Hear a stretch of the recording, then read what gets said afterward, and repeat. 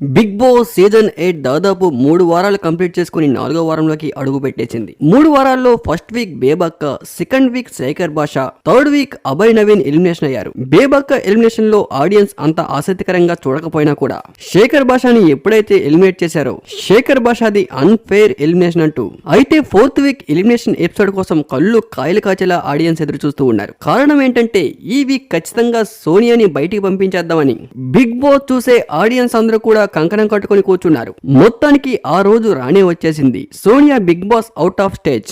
ఎందుకంటే ఆడియన్స్ నుంచి వచ్చిన నెగిటివ్ వల్ల బిగ్ బాస్ టీం ఖచ్చితంగా సోనియాని బిగ్ బాస్ హౌస్ నుంచి బయటికి పంపించవలసిన పరిస్థితి ఏర్పడింది.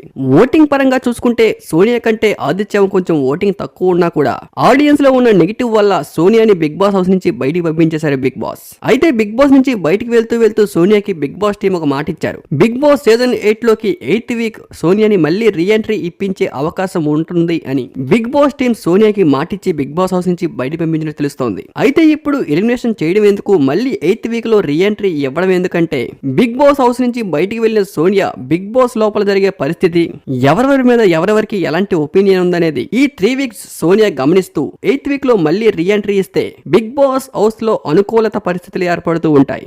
లాస్ట్ సీజన్ లో కూడా రితికా విషయంలో కూడా అదే రిపీట్ అయింది. కానీ సెకండ్ టైం వెళ్ళిన రితికా కూడా అంత పర్ఫెక్ట్ గా బిగ్ బాస్ హౌస్ లో ఉండలేక వచ్చేసారు.